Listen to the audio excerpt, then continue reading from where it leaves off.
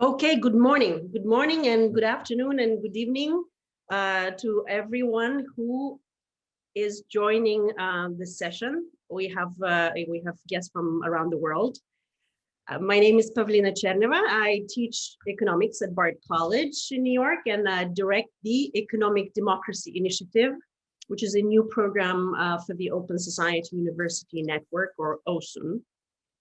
OSUN is a new global network for educational institutions, and we integrate learning at the undergraduate and graduate level. We emphasize civic engagement and really expanding access to higher education for underserved communities.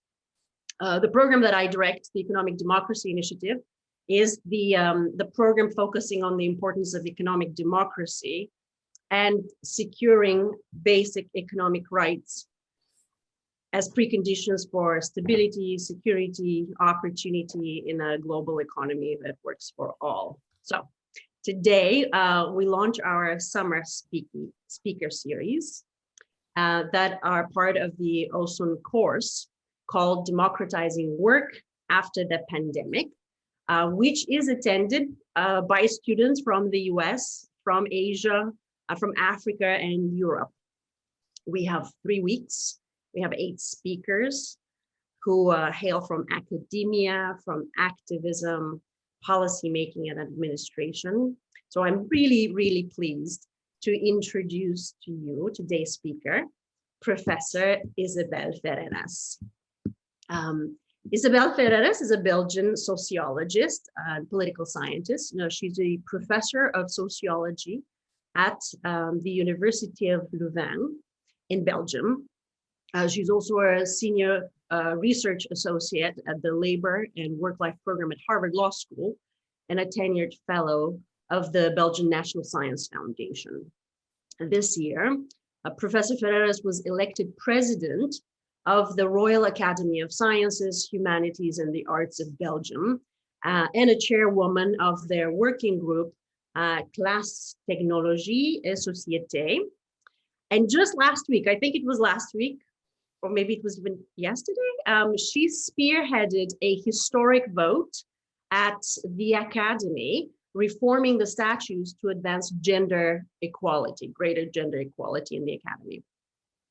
Last year, Isabelle also led another initiative with 8 other female scholars, a group that I'm very honored to be part of. That initiative was called Democratizing Work After the Pandemic, which is really the inspiration for this course.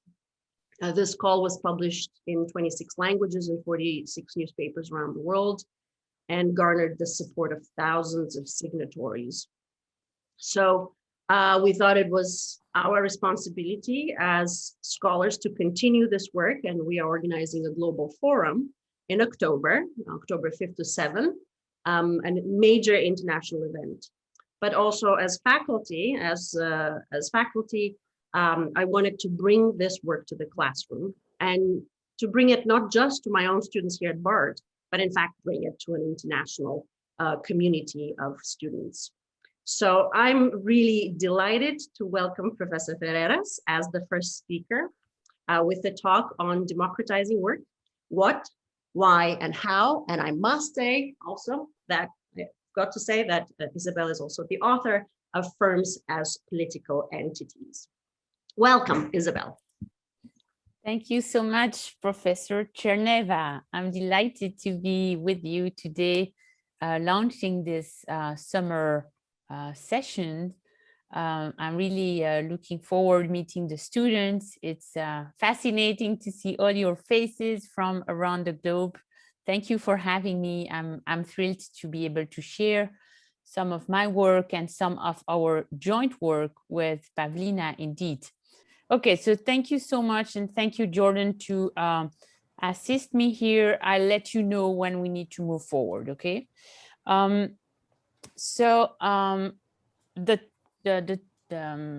talk today is titled Democratizing Work, Why, What, and How.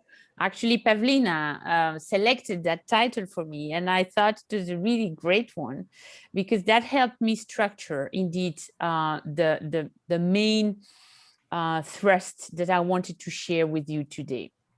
So I'm gonna organize this in these three parts. Why democratizing work, what to democratize, and eventually how to do it. And if you want to access the slides, Jordan will be able to share them with you after the talk. So that can be helpful if you like to. Now, so let's move into the next slide. So democratizing work, why? Well, you all know that we've been through a global pandemic, and in these crises, which we are fully still in for many of us and in many countries, we have named or recognized workers essential. And that word really was striking, because for once, at last, our economies seem to recognize that workers who are performing the most fundamental, essential functions for all of us were recognized as such, as being essential. And a bit more than a year ago, as Pavlina mentioned, we decided that we can move to the next slide. We decided with some colleagues, some close colleagues with whom we are working on analyzing the economy, analyzing work, we decided we had to play our role as scientists to help societies understand the moment in which they were. And we drafted an op-ed with Julie Batilana, who was a professor at Harvard, and Dominique Méda, who was a professor at Paris Dauphine, about work. And we shared it with our close colleagues like Pavlina to ask if they were agreed on the three principles that we thought we should really highlight to help societies understand the moment in which they stand and what they should do, basically, to stop putting themselves in such a harmful position. We identified three principles. We need to democratize firms. We need to decommodify labor if we want to decarbonize the planet and basically save the planet. And these three principles resonated across the globe. As Pavlina said, thousands of scholars across the globe undersigned this op-ed, which became, as we called it then, a manifesto, the Democratizing Work Manifesto. We identified, like in the analysis that underpins this democratizing work, and you can access online. If you go to democratizingwork.org, you will see the many translations in various languages. Maybe there is a translation in your native language. I encourage you to go to see and read that, the statement in your own language. We can move to the next slide, please. What is at the core of this analysis is the understanding that basically there are two major institutions that determine workers' fate. There is the labor market and there is the firm or the corporate structure, if you want. And if we want to see a future for ourselves as communities, as societies, and as a humanity living on this planet, we need to get out of the extractive relationship that these two institutions have vis-a-vis workers and vis-a-vis nature. And to do that, we need to ensure that we respect the equal dignity of workers and that we respect the integrity of the planet. So let's move to the next slide to say that one of these three key principles is indeed to decommodify labor. And I'm not going to cover that topic because I've seen that in the program you are going to dig into the decommodification of labor much more. And this is not my expertise, but let's just to give you the overall framing. Indeed, democratizing work means decommodifying labor. By that, we mean to enact the right to work, that is at the Article 23 of the Universal Declaration of Human Rights. We need to ensure that all those who want a job can get a decent job. And Pavlina has written a best-selling book on that proposition of a job guarantee. So I'm not going to go deeper into that. We can move to the next slide, which is about the second principle, democratizing firms.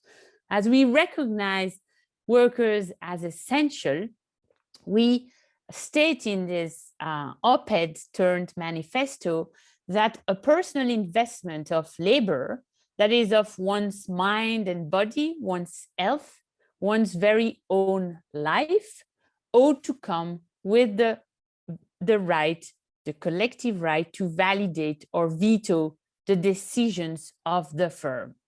And this is tightly connected to the book that I wrote that Pavlina mentioned, Firms as Political Entities, which was published by Cambridge University Press in 2017.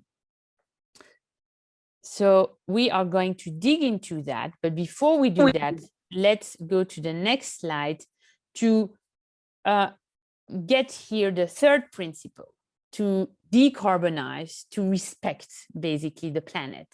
It's very important to get that the two first principles are tightly connected to the possibility for us as a humanity to sustain basically the very the conditions of existence of life on Earth. Let me just state one figure. This is coming from the scientific paper that appears on your screen. It's the research from engineers from the University of Cambridge, which really made that very clear. That was published in 2011. They basically researched that 73% of global energy use could be saved. That is almost 75% could be saved by what they call practically achievable design changes. And what are those practically achievable design changes? These are labor-intensive changes in our modes of production. But let's be very clear. If we keep the structures of the economic organizations as we have them today, that is, firms structured by corporate law, which grants all power to those who bring in capital, we are not going to be able to save the planet, because obviously they're never going to accept labor-intensive design changes. It would not make sense if they are to maintain an extractive relationship to their own capital investments. So these three principles are tightly connected. And now I propose that we dig into the principle of democratizing the firm. So this is the next slide. And what do we mean by democratizing the firm? So we are now moving into the second part of my talk. To grasp what is at stake here, we need to refine our understanding of what workers are in the work environment, in the structure of the firm. And we have to get more precise about what is the firm. And this is what I'm going to try to get more clearly laid out to you. We can move to the next slide, which is quite intense in terms of writing. There will not be many slides like that, but I really wanted to convey this to you, and this is really central to the understanding of the economy. What are workers is the question. I suggest we should define workers as what I call labor investors. So no, workers are not a commodity. And what are they? Well, workers are those who develop a particular type of experience. The experience of working is actually, and I am, as Pavlina said, a sociologist. I'm a sociologist by training, and this is coming from my sociological work in understanding what is the work experience. It is an experience that is expressive. That means that enables people to convey, to develop meaning, to give meaning in their own life. And basically, work is a political experience. It's not political in the sense of a political party or partisanship, nothing like that. It's political in the sense of the political philosophy. That is the mobilization of one's own views, conceptions about what is just and unjust in the context of collective action. Actually, when you study people at work, you realize that what they constantly do is to mobilize their own views about what is just or what isn't just in this context of a collective organization. More than that, work is actually best understood as being an investment by those who perform it. Of course, it's not an investment in the sense used in economic theory or in economic discourse.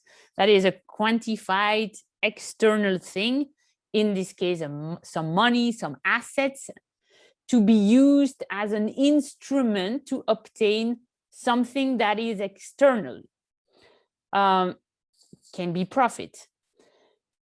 When I talk about work as an investment, I mean that work is an investment in the sense that workers invest themselves. They're not only invest their skills, their time, their efforts, but they basically invest their entire person, their physical self, obviously. And in a pandemic, we've seen that they invest their own health, and they can even die from being at work. But they invest also their emotions, their intelligence, obviously. And for all those who have switched for more than a year now into remote working, they've seen the toll, the mental health toll of working in those conditions. All that speaks about the investments that is performed by workers into their work. And obviously, also this includes the care that workers take or feel for their co-workers. So one last dimension that is key is that unlike stakeholders, you know that people love to speak about the stakeholders in the work environment, in the environment of the firm. Well, unlike all the stakeholders, the communities affected, the clients, the customers, etc., workers are those and are the only ones who are governed by firms. That is, they are given rules that they have to obey to. These rules also can include very basic decisions, like when they can go to the bathroom, but obviously it also involves the key decisions of how do they allocate their time, when they have to work, when they have time to take care of their family, etc. Last point about this concept of labor investors, this concept helps covers the reality of workers that are not especially recognized in the environment of the firm, like outsourced workers, workers in an informal relationship to the firm, gig workers who actually are not in a standard labor contract, yet the very existence of the firm depends on them investing their own labor into the production of the firm. So this is important because obviously it helps me redefine what is work and gives, as you see, a totally different position of the worker in the economic endeavor. Because when you take then a moment to think about the reality of firms or of any production, what you have to realize is that if there were no workers, there would be no production or no service. And you can basically have a pile of money, on hand, if you don't have a person who is willing to devote herself or himself to develop the service or to produce the goods that this firm wants to produce and sell, well, there will be no such thing. So workers are the fundamental investors in the firm that firms need, yet they are they are nowhere in the government of firms. Who govern firms? Well, shareholders, those who invest their capital, not those who invest their labor. So let's switch to the next slide, please. So who gets a say in the corporation? Obviously, stakeholders. And as I mentioned, what we affirm as principle in this Democratizing Work manifesto is the contrary, is the idea that all issues that are relevant to workers, so issues such as the choice of the CEO, setting major strategies, profit distributions, all those decisions are way too important to be left in the hands of shareholders.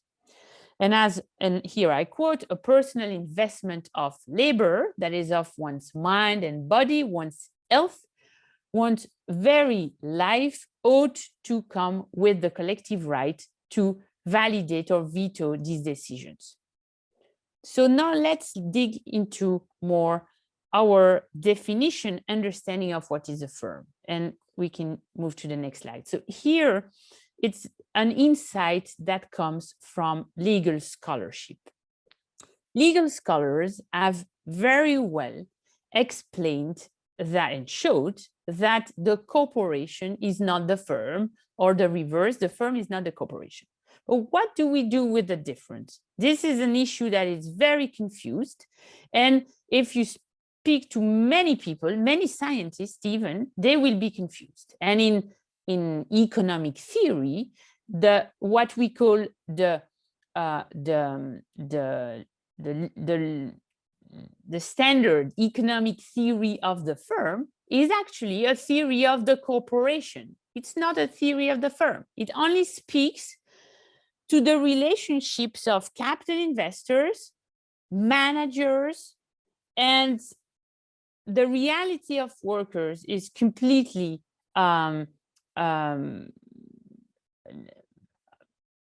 it's negligible, if you want. So let me explain that more. So what is a corporation? This is the next slide. The next slide, please. What is a corporation? The corporation is the only thing that legally exists. It's the legal structuring of capital. And if you look at basically any regime around the globe, you will find a concept of the corporation. The corporation is the legal concept. It basically targets a group of capital investors who get organized via what we call a certificate of incorporation. And that group is granted via this certificate a moral persona by the state. And this is what then we recognize as a legal entity. You can go in a tribunal and sue someone as a corporation because you have become a legal entity. That legal entity is run by a board of directors, which is empowered to mobilize the assets of that entity to enter into contracts. Those contracts can be commercial contracts, as you buy stuff from various sources, or labor contracts. And as you do that, you develop a firm. This is what the French legal scholar Jean-Philippe Robet calls building the firm around the corporation. Now let's move to the next slide, please. The firm, obviously, is a much larger reality than that. It's a fundamentally political entity. And this is what my book on firms as political entities is about. It's a reality that has not yet been properly understood. as shocking as it might seem, because obviously we live in a world where there are firms organized everywhere around the globe. And yet that reality is not addressed by the law. There is no law of the firm in any country. There is only a law of corporations. Yet we need, as sociologists, as social scientists, as economists, we need to dig more into the definition of what a firm is, even though there is no such law as of today. And this is the definition that I propose. And this is a field that is in the making, and obviously other responses can be made, can be proposed, but this is the response that I propose that we hold. A firm is an entity whose existence depends on ongoing decisions about the goals of the coordinated actions pursued within the firm, which are these actions bound up in issues of efficiencies and justice all the time. Because any decisions is as an efficiency side, but as it exists, it has also an effect in terms of justice. So efficiency and justice are just two sides of the same coin. And these actions depend on two classes of investment: capital investments, obviously, and labor investments. And these decisions affect the lives of all those who are involved, not only capital investors and labor investors, but also other types of stakeholders. Now let's look at, thank you, the reality of the firm today. The reality of the firm today is that this structuring of organized capital ruling the firm is actually what we can call, what I suggest we should call, economic despotism. Why? Because capital investors behave like despots. Only they are organized via the structure of incorporation through the corporation, and labor workers are actually not only not organized, capital fight against their organizations. Because as you know, what unions are trying to do is to try to organize workers. But that is in many countries around the globe not authorized or not supported. Yet capital investors enjoy the right to incorporate and to get organized very efficiently. As you look at that, you have to think, well, this is actually not such an unseen situation. This is facing economic, or you could call it capitalist despotism. And the good news, I guess, the good news is that we've been there in history. And we can go to the next slide. We've been there in history if we consider the firm as a political entity in transition. In the history of political entities and how we've built democracy as a very long-term project, there is one key institutional innovation that keeps coming back from antiquity to modernity, and this is what I call a bicameral moment. Bicameral is, the name is in recognition of the fact that there are two constituent bodies or two constituencies. In Rome, in 494 before Christ, there was a big rebellion of the plebs. The plebeians, basically the essential workers at the time, that is the merchants, the army, the people, basically the people at some point realized that they did not want to continue to cooperate on the terms that the patricians wanted, which is that they had absolute power. They alone were making the laws of the entity.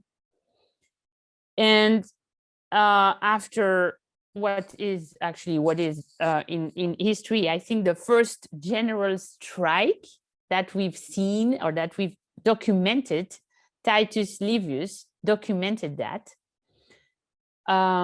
they settled for the first bicameral solution, which is that the plebeians got the right to choose for themselves two tribes of the plebs, who were then granted the right to veto or validate all the decisions that the patricians wanted to take, and that before that they could take on their own without any consultation of the plebeians.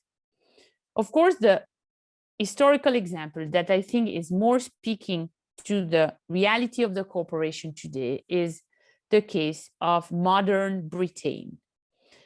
When you think about what was the House of Lords at the time, it's actually very similar to what is the board of a corporation today.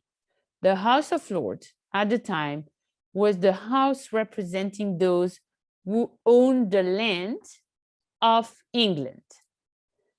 And when you look at the board of a corporation today, you have to recognize that the board is actually the representation of those who own the shares. It's not the land in terms of, you know, the soil, but it's property owning, which grants political rights. And here we are today with firms which are ruled by those who own the shares of the corporations.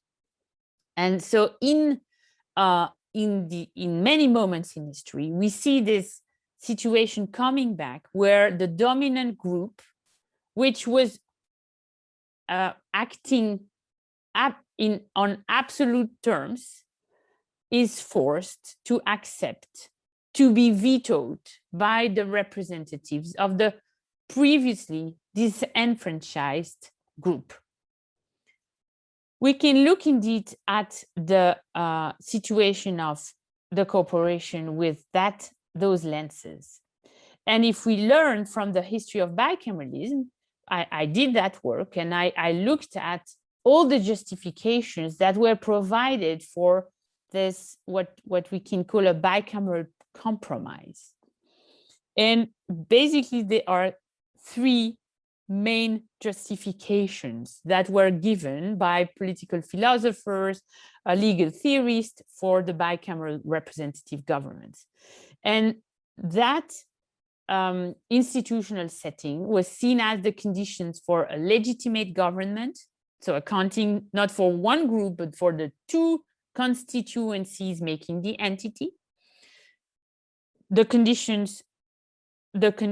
was seen as the conditions for a reasonable government, that is a government that can be based on healthy checks and balances, and the conditions for smart government, a government of the entity that is intelligent because it can really leverage on the knowledge of its constituents.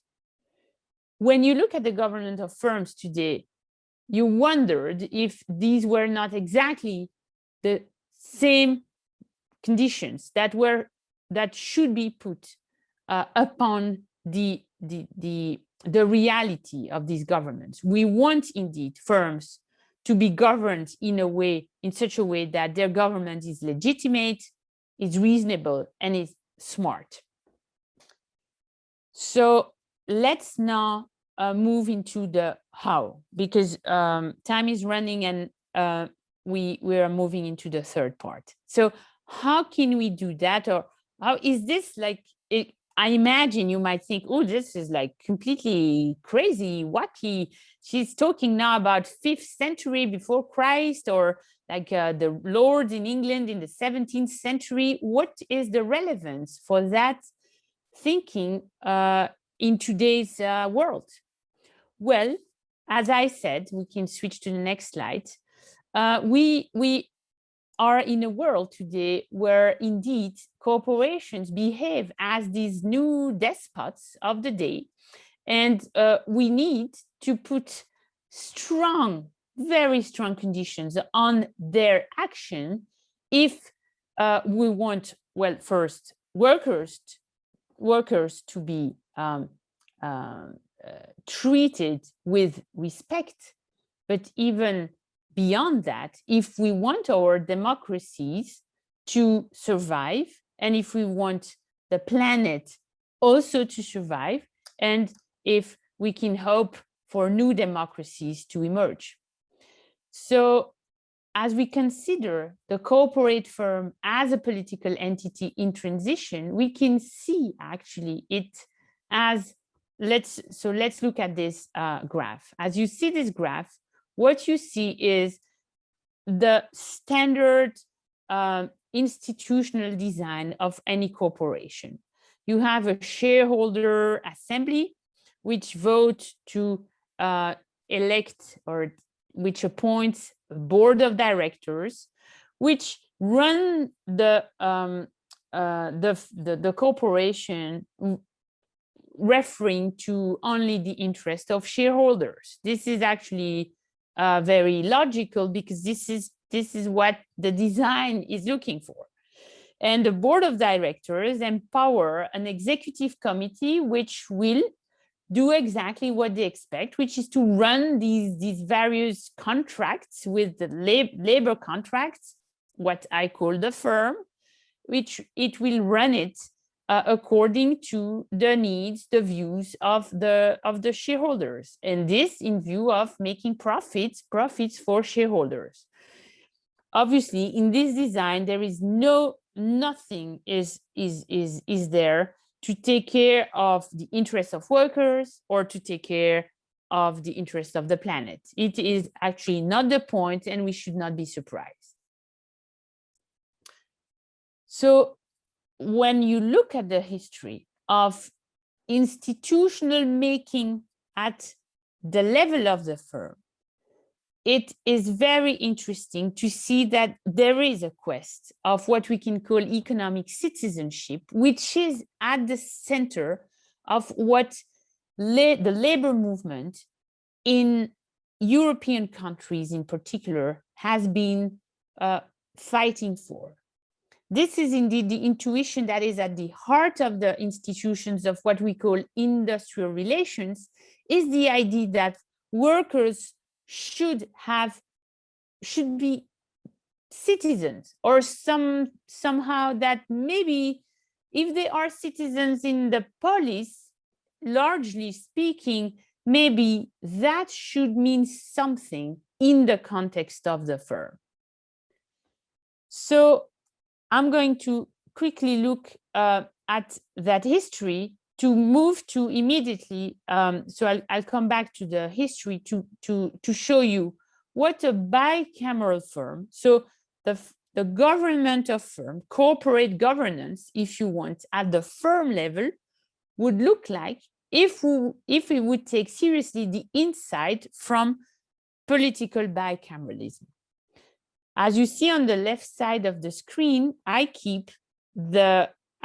just keep the institutions of the corporate firm. We have a shareholders assembly where, one share gets you one vote, which elects a board of the corporation, which here I renamed the capital investors, House of Representatives.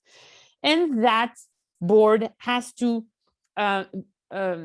vote, validate the decisions of the executive committee for whatever project the executive has. If the CEO wants to pursue a new strategy, it has to get a majority in the board to agree on his or her proposition.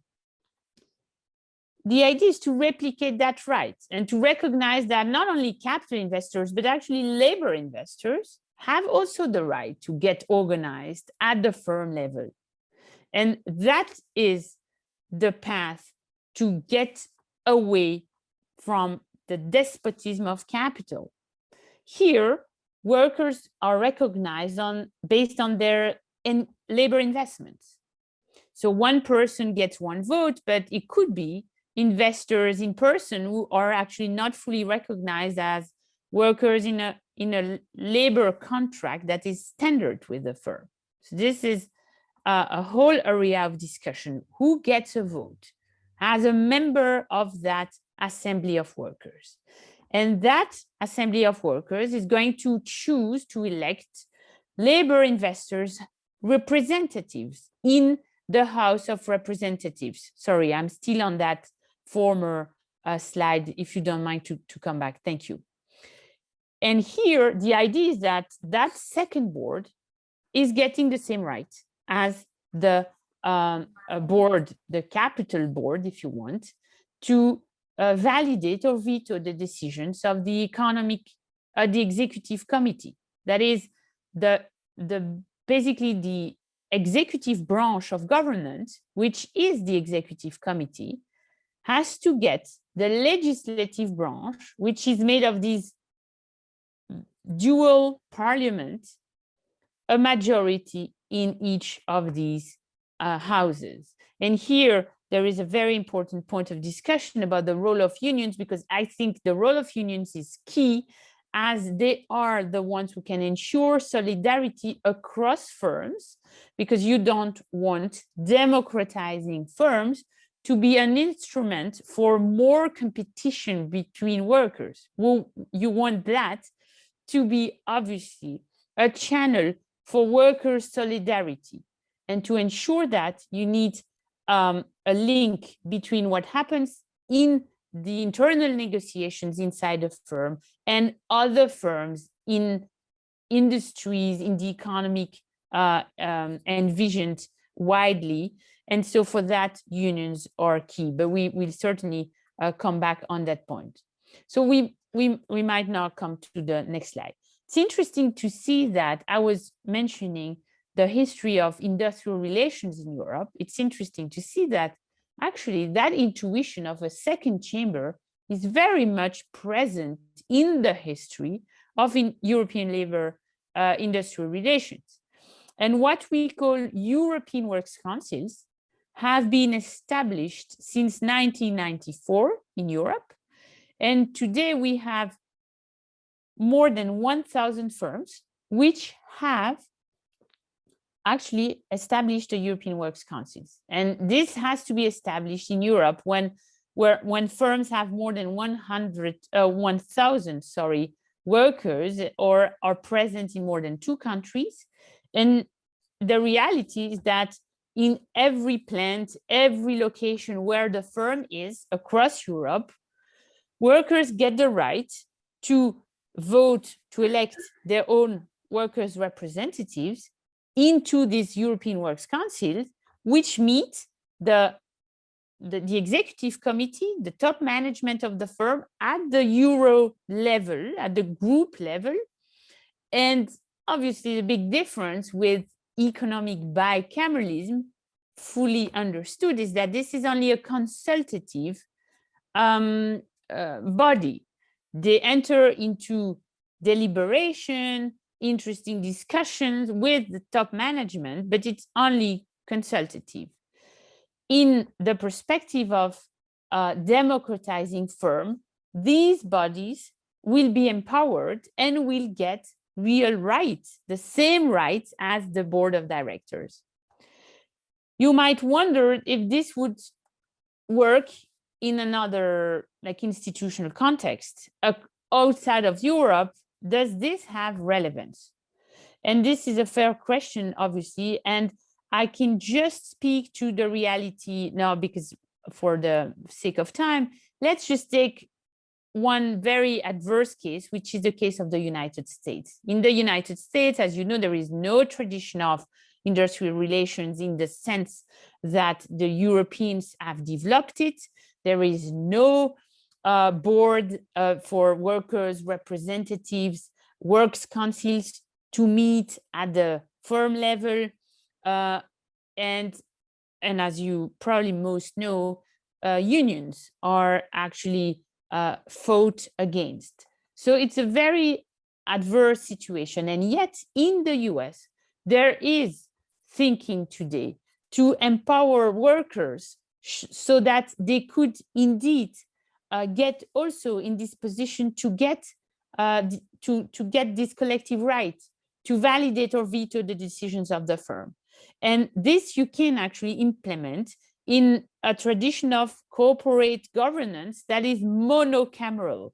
So without having these two bodies of representation, we can effectively imagine that the board, as it's today, the board of the corporation, could include representatives of workers, and that group of workers could get the right to validate or veto the decisions. And as we can't vote on any decisions, there could be a specific right granted to workers that they should get the ability to validate as a majority inside that group of representatives. This we can call the principle of requiring dual majorities. So dual majority boards would mean that you would need a majority inside the groups representing capital investors and a majority representing in the group of representatives of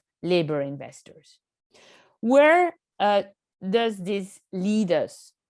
Well, it leads us to, and it's actually triggered by the regulative ideal of the fully democratized workplace, which is a firm where only those who invest their persons have the right to vote.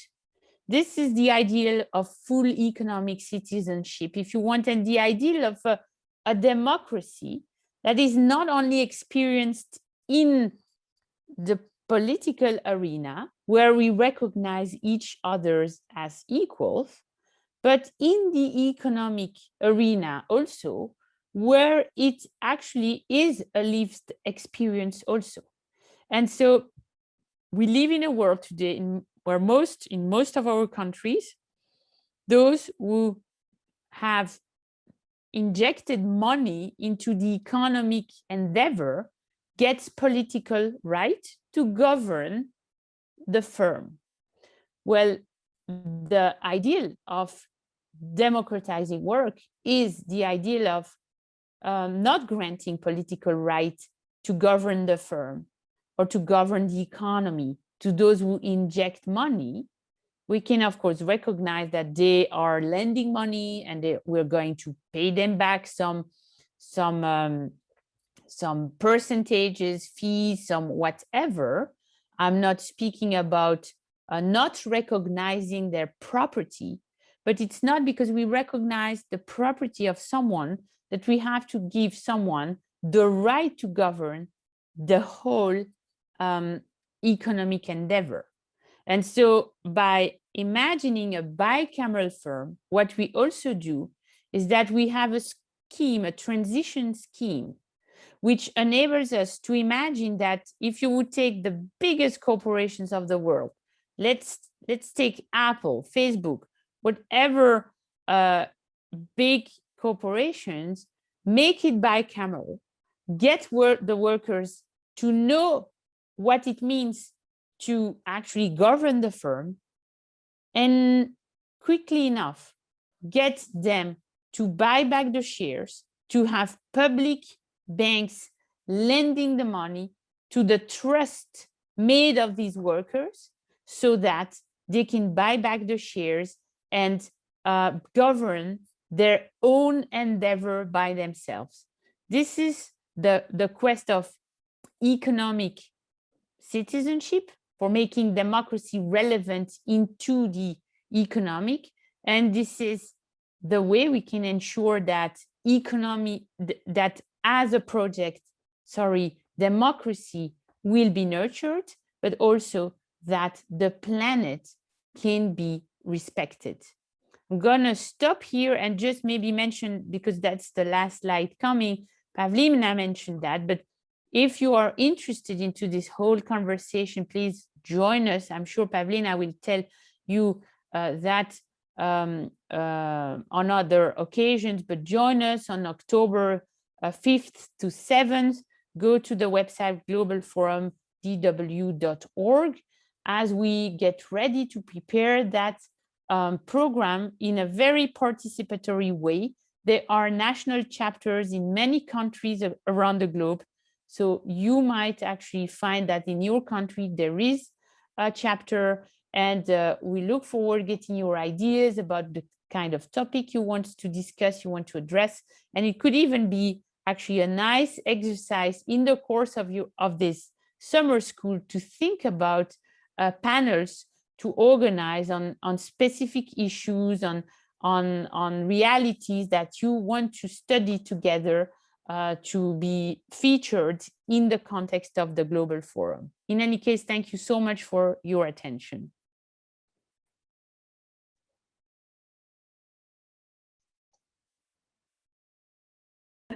Thank you, Isabelle. Thank you very, very much. Really inspiring and enlightening. You know, I'm going to open to the floor for questions, but you know, democracy is not a finished proposition. It's not a finished project. And we have been engaged since Roman times and before on what it means to govern ourselves democratically. And that conversation has not fully extended to the economic sphere. We typically associate with our political structures and institution building in that realm. There is, of course, a rich conversation also within economics, but I think maybe now these kinds of moments of crisis are bringing those conversations now to the fore, that it's not about tinkering at the margins and, you know, trying to maybe provide some basic representation of voice, or as you say, consultative powers to workers, or helping unions organize, but it's really about fundamentally rethinking structures. And I just really appreciate your remarks that, you know, you are challenging us to think about what we often take for granted, you know, the organization of the firm, that in and of itself is inherently not democratically organized. So I'm gonna let our guests, and I'm very delighted to say that we have had a guests outside of this class as well that are joining us. So please take it away. We're opening the floor to questions for Professor Ferreras.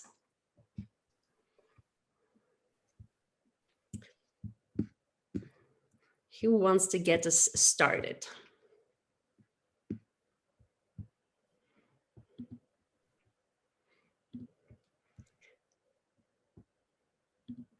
And I know a lot of you have questions because we had a discussion before Isabelle came. I think it's just don't be shy. Somebody did not be. May I? I don't mean to put you on the spot, but I thought they were. Yeah, Dennis, you please go ahead. Yeah, so thank you, Professor, and thank you, Dr. Ferreras, for agreeing to give such a nice lecture. So here is my question. Do you think that the symbiotic relationship between corporation and firm would flourish in a non-capitalist society? Like, I'm referring Can you elaborate a bit, because I'm not sure I understand. Yeah, so what would be one nice? of your articles focuses on the relationship between the corporation and firm in a capitalist society. Like apparently it left out some details in regards to, let's say, societies who are not under the influence of capitalism. And I'm just curious, would like the same relationship work in a different society? Well, I guess the very existence of the corporation is the mark, or we could even say the trademark of capitalism. So it's indeed not a question that you can address in another context in the same way, because the corporation is this institutional design that enables the capital investors to enjoy the political rights. And that is, to me, that's the essence of capitalism. Capitalism is not the market. I think it's quite important to distinguish the market society and capitalism. And we can imagine a market society working with non-capitalist structures, for instance, democratic firm structures. Okay, we could imagine a world of democratically governed firms being the agent in a market economy, but corporations is really typically the design at the firm level that is capitalist, and that is then expanded at a societal level in terms of the influence that capital investors enjoy.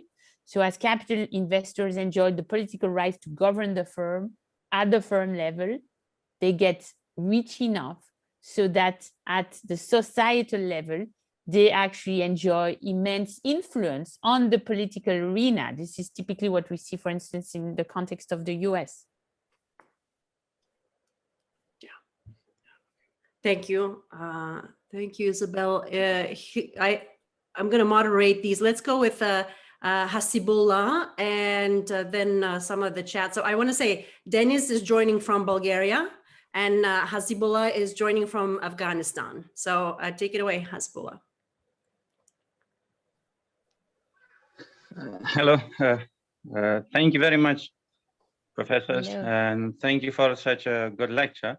I wanted to ask just one question. It was regarding the allowing every labor a vote, meaning that if we democratize, there is that concern, a growing concern of the vote being politicized, meaning that maybe because the labor always outnumbers the shareholders and the investors, yes?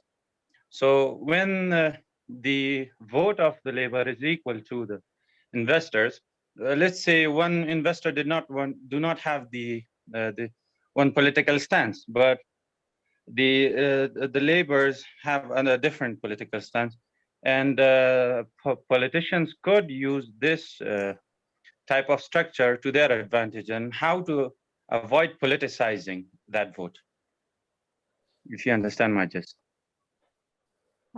I guess I do, or at least I partially understand. Thank you very much for your question. I think it's really a matter here of a broader, I would say, commitment that has to be taken in terms of, how do we want to move forward?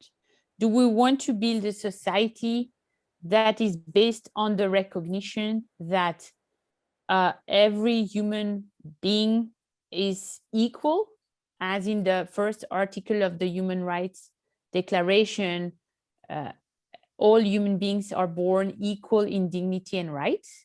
If we are to take that seriously, I think indeed we have to move from an understanding that the democratic project is not only relevant for the political sphere, but it has also to be relevant for the economic sphere, or in the economic sphere. And then obviously very interesting questions have to be raised in terms of the relationships between the various actors in the political arena, in the economic arena. But I would not see them in a bad light. I think that's going to be interesting to see, how these relationships play out. But I don't see the influence of, an external political party, for instance, as being like automatically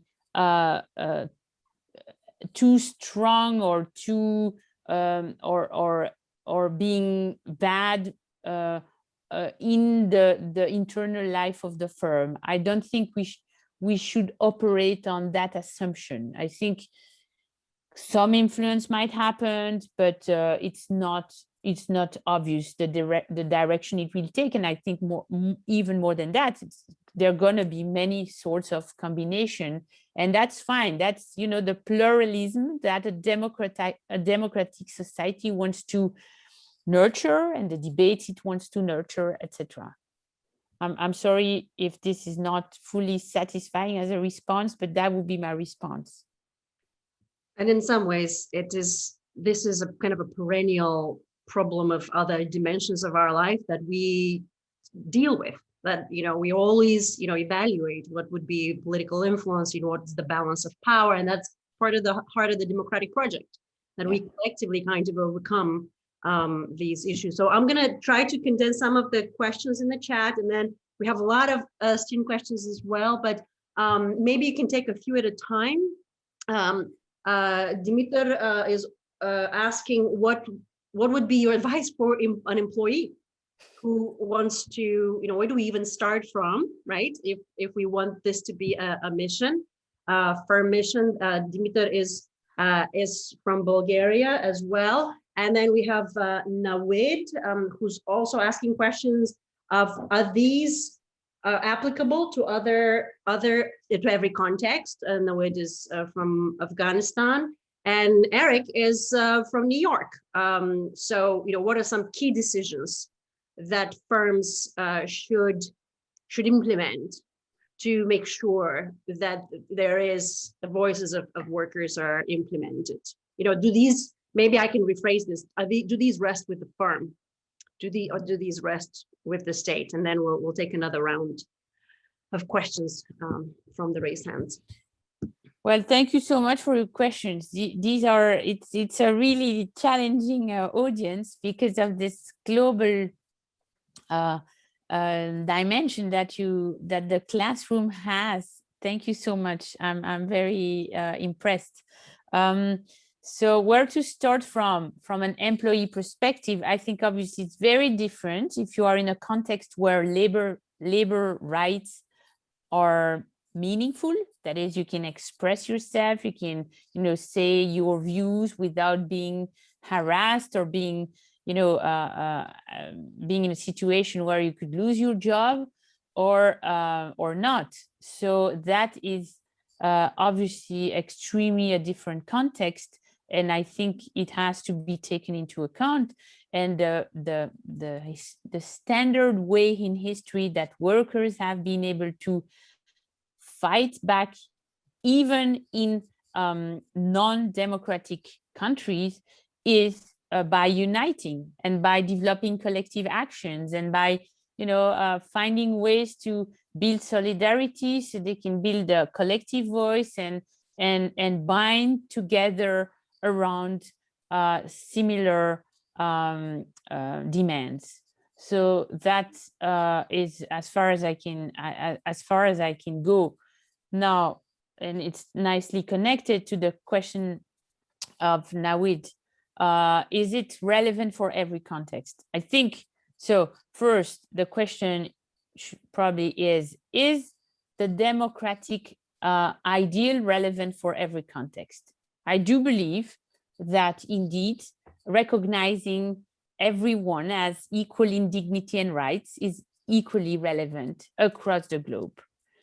Now, obviously, we can recognize that we are all faced with different types of political systems, and in some countries you do not even enjoy that in the political arena, which in the West we do enjoy in the political arena and not in the economic arena. Okay, but if we agree on the fact that the recognition of each other as equal in dignity and rights is meaningful across the globe, I think the demand for the workplace and the work organization to be organized in such a way that it will recognize the equality of every workers and his or her ability to validate the decisions that she will have, to implement it and to submit herself to, is relevant anywhere. And I guess I was very struck by our experience with Pavlina, with that Democratizing Work Manifesto. The experience was that our op-ed was validated as relevant across the globe, not in one country, not in one continent, on all 5 continents, across countries. So that experience, speaking to this global expectation, I would say, is very comforting. Now, how to move forward and how to build a worker power and the citizens' power that will enable these aspirations to become reality, it's obviously a very different question. And on the third question of Eric, I don't think every decisions have to be taken at the firm level, even for firms which are extremely or overweening as like global transnational corporations today. I would not advise, and certainly this is not my view, and so thank you for raising that question, because that helps me make that clear. I think the role of the state is extremely important, and that as we pursue the project of democratizing firms, it doesn't mean to grant firms the right to then become their own, little government and be their own sort of island of self-regulation and do whatever they please. Certainly not. I think it's really about, that big reference of Karl Polanyi's vision of embedding the economy into the norms of society.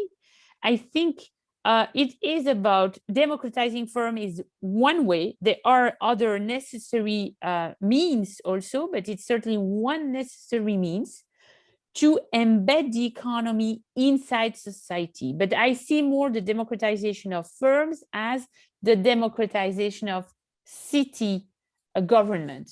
You might have a major city like New York City, which has a global reach, but it's embedded in a specific context of the state of New York, and then the United States as a federal state, and it has to, comply with rules that are coming from above in the architecture of power. Now, the problem with globalization, as we know it, is that indeed the norms, the architecture has been shattered, and there is this transnational a movement of normativity that is possible thanks to the transnational nature of the economy.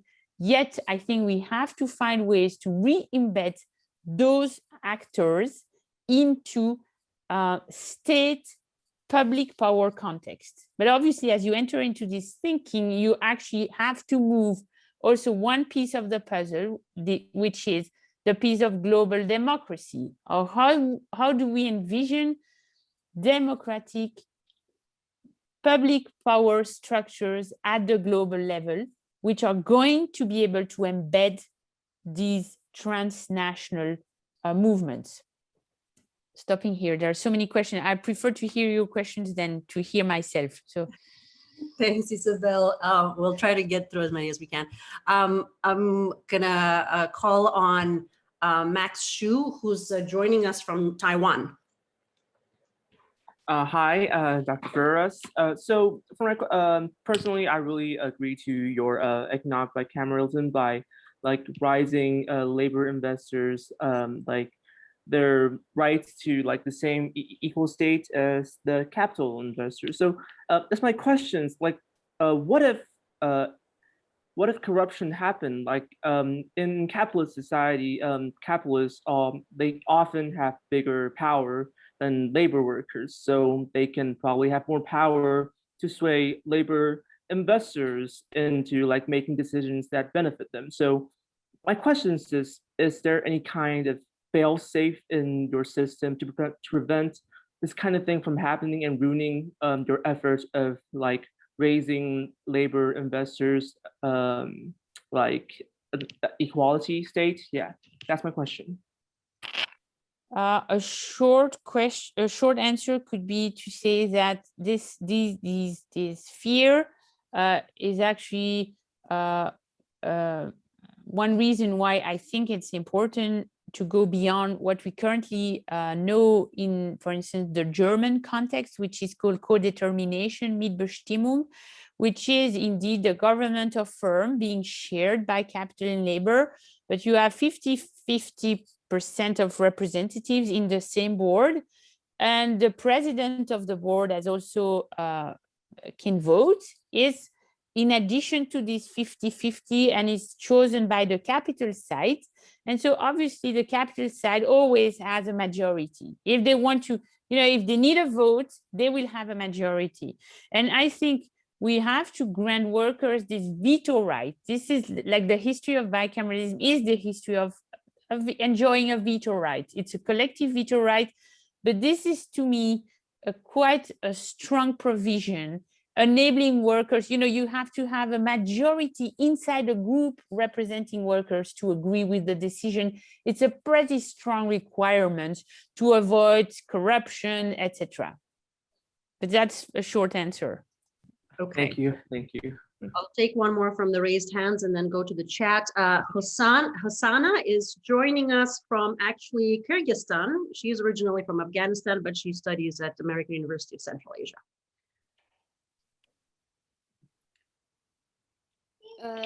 Soyez le ami le professeur et merci beaucoup pour bien lecture. I have a question. As you mentioned about different kinds of theories and knowledges which we can implement in economic democracies, I have the question, then these theories can be implemented only in labor-intensive society, or we can do it in capital-intensive as well? I don't think why we could not implement it in capital-intensive societies too, but obviously then there is an interesting connection, which is a key connection with the decommodifying principle, because obviously we need a workforce that is empowered enough, right? And if we face an economy where there is this huge reserve army of unemployed people, the bargaining power of capital will be so intense that it's going to be quite difficult to get capital to make that this type of concession. So obviously this is, you know, all the pieces here of the reasoning have to be put in a context. Yes. Thank you. Okay, I'll try to combine some of these questions in the chat. Our colleague, Jonathan Kroc, has joined us. Very nice to see you, Jonathan. He is a law professor at George Washington University. And he's asking, is bicameralism a transition to perhaps unicameral worker-controlled firm? Yeah. Or is it an end in itself?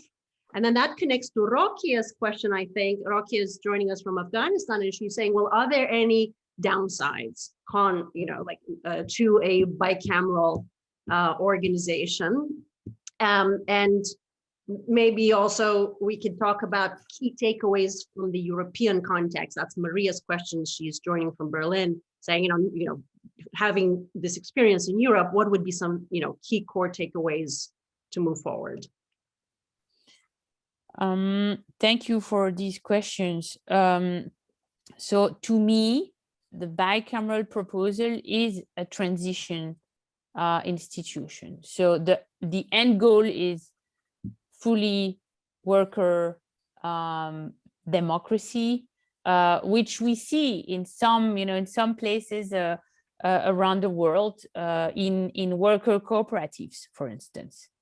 But these workers' cooperatives can be considered as sort of islands in an ocean of capitalist despotism. And so I guess the vision is to take the structures of the economy as we know it today, to find a way to get them in a position to enter into this democratic transition. And for that, the inspiration of obviously political bicameralism is relevant, because this institutional setting has evolved in history, and it was not an endpoint. Bicameralism per se is not an endpoint, certainly in the composition of the House of Lords, for instance. It has evolved, and so I see it more as a real utopia, in the sense I saw you quote Eric Olin Wright. It's a real utopia in the sense that it's a institutional design, a proposition, because I'm responding also to the question that was, there is no, so it's Rokia, there is no, it was someone else who, there is no such example in real life. Like we don't know yet a country or a firm which has, which is experimenting, acting that form of government, but it's a real utopia in the sense that indeed, I believe that it could be fully compatible with the economy as it works today. And yet, as workers, deepen their emancipation, gets their act together to buy back those shares, they could get to the point where they could actually get rid of the house of capital investors and govern themselves on their own and become a fully democratic firm. So that's my understanding. There will be actually next year, probably the year after, because we are now finishing the manuscript, but it will take time, a book published by Verso in the Real Utopia series, initiated by Eric Colin Wright on the proposition of the bicameral firm. We had a conference just a few months ago in the Real Utopia series. Now, on the core learning points from the European experience, I think the one I would like to emphasize is the fact that workers are smart, as we could imagine, and it's actually interesting even for capital to get the best of workers, if you want, by getting them around the table and discussing with them about the strategy of the firm, because workers are the ones who know about the business. Basically, those capital investors, they are not not very much in the firm everyday life. They're putting money in the endeavor, but they are not the labor investors. It's the labor investors who know about the business, who knows about the difficulties, who knows about the customers, etc.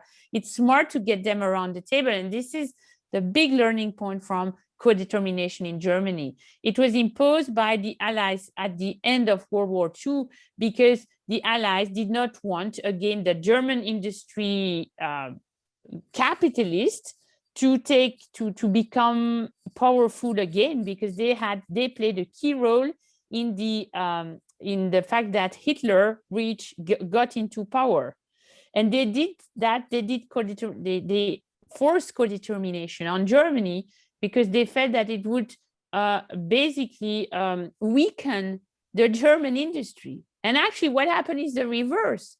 It's the reverse, because having workers unions, within the government of firms was smart. And today in Europe, people envy, all other European countries envy Germany because it has been the one who has been able to retain the most important industrial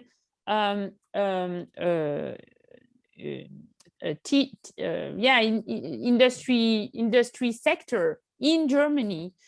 Because of the fact that capital is more anchored into its investments, because capital cannot flee as it wants in another typical corporate system, and unions, workers are very much involved in the government of firms.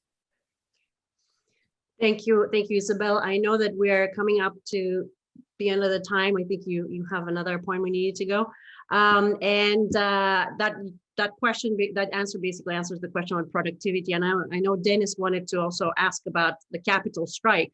Can capitalists just say no, and what are the implications? Yeah, well, so there are many dimensions, obviously, to this concern, but if you look at the case of Germany, you have to realize that it's possible for a state to put strong constraints on the rights that workers have, and capital clearly do not think that it's unproductive to get involved in those firms. So that's one point. Another point is that I think it's very important to rethink the role of the state, and public powers have to set the conditions upon which capital can get involved in our economies. And this is something that we've obviously less and less be doing because of the the force of the neoliberal mindset, which is almost a propaganda, because it actually basically got us in a position where we had not the tool to set an economy properly organized according to our needs. And just as a reminder, the economy is not there to enrich the richest or even just to enrich people. It's there to serve the goals that we as a society, as a collectivity, as a humanity wants it to serve. That is obviously to make us meet our basic needs, to respect the planet. And this has been totally forgotten. So it's really a moment in history. I think we know this is the decisive decade in the history of humanity. We are actively destroying this planet. And this is the decade where we have to get our acts together so that we stop this extractive business model and we set higher goals to the whole economy. So yeah, probably some people will not like it. Like obviously capital investors will not like it. But if states get their act together, they can put constraints that are legitimate on the action of economic actors. Thank you, Isabelle, very much for your time for this talk. And the students asked many more questions and wrote some reflections on the papers, and we will be sharing those with you. So I really, really appreciate you being here. Well, thank you so much. I'm now ceasing the chat so that I don't lose all your questions. Okay, so that I'm going to read because I had not the time to read properly. Do not hesitate if you want to if you want to concentrate or on this topic of corporate governance. Do not hesitate to email me. I'll be more than happy to hear from you. Have a wonderful time together. This is going to be very exciting. Yes, it is. Thank you, Isabelle. Thank you, Pavlina. Thank you so much. Have a good day. Yeah, or night or whatever. Yes. Bye-bye. Take care. Thank you very much. Bye.